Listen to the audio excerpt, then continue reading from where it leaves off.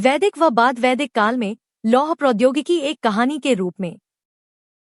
बहुत पुरानी बात है, जब आर्य लोग भारत की उपजाऊ घाटियों में बसने लगे थे। वे उस समय तांबे और कांसे के औजारों से खेती करते थे, जंगल काटते थे और अपने घर बनाते थे। उनके जीवन में लोहा अभी तक नहीं आया था। उस समय ऋषिमुनि वेदों का ज्ञान गाते थे और अयस शब्द का प्रयोग करते थे, जिसका अर्थ था कोई भी चमकदार धातु, तांबा या कांसा। उनके औजार चमकते थे पर कठोर नहीं थे। समय बीतता गया।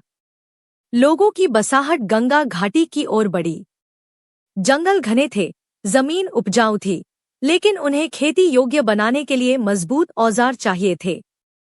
यहीं से एक नई कहानी शुरू हुई, लौह की खोज की कहानी। पूर्वी उत्तर प्रदेश और बिहार के कुछ लोग मिट्टी के नीचे से निकली एक काली सी पत्थर जैसी चीज को आग में डालकर गलाने लगे। उन्होंने देखा कि यह धातु बहुत मजबूत है, इससे बने औजार न टूटते हैं, न जल्दी घिसते हैं। धीरे धीरे यह ज्ञान फैलने लगा। अब लोहे से हल, दरांती, फाल और कुल्हाड़ियां बनने लगी। खेत जल्दी जोते जाने लगे और अरण्य यानी जंगल खेती योग्य भूमि में बदलने लगे। खेती बढ़ी तो अन्न की अधिकता हुई। अन्न से व्यापार बढ़ा। व्यापार से नगर बसने लगे, हड़प्पा जैसे नहीं, बल्कि नए नगर जैसे काशी, कौशाम्बी, वैशाली, चंपा। अब समाज पहले से अधिक संगठित हुआ। लोगों को एहसास हुआ कि लोहा केवल औजार नहीं, बल्कि सभ्यता का नया युग है। अब युद्ध भी बदल गए। पहले के कांसे के हथियार कमजोर थे, पर अब लोहे की तलवारें और भाले बने। जिनके पास लोहा था, वही शक्तिशाली हो गए। मगध नाम का एक राज्य लौहखनियों के पास था, आज के झारखंड और बिहार के इलाकों में। मगध ने अपनी शक्ति का आधार इसी लोहा उद्योग पर रखा। धीरे धीरे वही महाजनपदों में सबसे बलवान बन गया। लोहा अब केवल धातु नहीं रहा, यह समाज की रीढ़ बन गया। लोगों ने इससे खेती की, नगर बनाए और साम्राज्य खड़े किए। वैदिक ऋषियों का युग जहां तांबे की कोमल चमक में सिमटा था, वहीं बाद वैदिक युग लोहे की कठोर चमक से दमक उठा। यही वह काल था जब भारत सचमुच लौह युग, आयरन एज, में प्रवेश कर गया। एक ऐसा युग जिसने भारतीय इतिहास की दिशा बदल दी और आने वाले मौर्य साम्राज्य जैसे विशाल राज्यों की नींव तैयार की। वैदिक व बाद वैदिक काल में लौह प्रौद्योगिकी, आयरन टेक्नोलॉजी। भारत के प्राचीन इतिहास में लौह प्रौद्योगिकी का विकास एक महत्वपूर्ण परिवर्तन था जिसने सामाजिक, आर्थिक और सांस्कृतिक जीवन को गहराई से प्रभावित किया। वैदिक और बाद वैदिक काल इस तकनीकी परिवर्तन के बीच का संक्रमण काल था। 1. वैदिक काल में धातुओं का प्रयोग। प्रारंभिक वैदिक काल लगभग 1500 ईसा पूर्व से 1000 ईसा पूर्व तक माना जाता है। इस समय समाज मुख्यतः कृषि, पशुपालन और साधारण औजारों पर आधारित था। ऋग्वेद में अयस शब्द का प्रयोग मिलता है, जिसका अर्थ सामान्य रूप से धातु होता है। उस समय यह शब्द मुख्यतः तांबे या कांसे के लिए प्रयुक्त होता था। ऋग्वेद में कहीं कहीं श्यामयस शब्द का उल्लेख मिलता है, जिसे कुछ इतिहासकार लोहा मानते हैं, लेकिन यह अभी भी विवादास्पद है। इसलिए प्रारंभिक वैदिक समाज को हम लौह प्रयोग से अनभिज्ञ मानते हैं। 2. बाद वैदिक काल में लौह प्रयोग का विकास।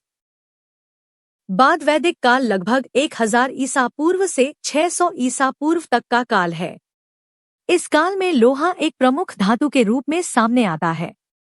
पुरातात्विक साक्ष्य यह बताते हैं कि 1000 ईसा पूर्व के आसपास भारत के कई क्षेत्रों में लोहे का प्रयोग प्रारंभ हो गया था। इस काल में लोहा केवल औजारों या हथियारों तक सीमित नहीं रहा, बल्कि इससे कृषि उपकरण, हल, रथ के पहिए और घर बनाने के औजार भी बनने लगे। इससे कृषि का विस्तार हुआ और उत्पादन क्षमता बढ़ी। 3. लौह प्रौद्योगिकी के प्रमुख केंद्र। भारत में लौह प्रौद्योगिकी के पुरातात्विक साक्ष्य कई स्थलों से प्राप्त हुए हैं। इनमें प्रमुख हैं पूर्वी उत्तर प्रदेश, राजा नल का टीला, लहुरादेवा, पिपरहवा। बिहार, चिरांद, सोनई 84। मध्य प्रदेश, एरण, नागदा। राजस्थान, गणेश्वर, आहड़। दक्षिण भारत, पैपर, हल्लूर, आदिचनलूर।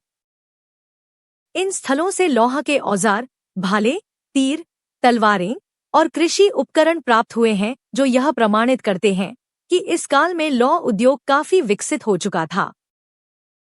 4. समाज और अर्थव्यवस्था पर प्रभाव। लौह प्रौद्योगिकी के विकास ने वैदिक समाज के आर्थिक ढांचे को बदल दिया। पहला, लोहा कृषि के लिए अधिक प्रभावी औजार बनाने में सहायक हुआ, जिससे खेती का क्षेत्र बढ़ा। दूसरा, अरण्य, जंगलों को साफ कर नए क्षेत्रों में कृषि शुरू की गई। तीसरा, अनाज की अधिकता से व्यापार और विनिमय की प्रक्रिया बढ़ी।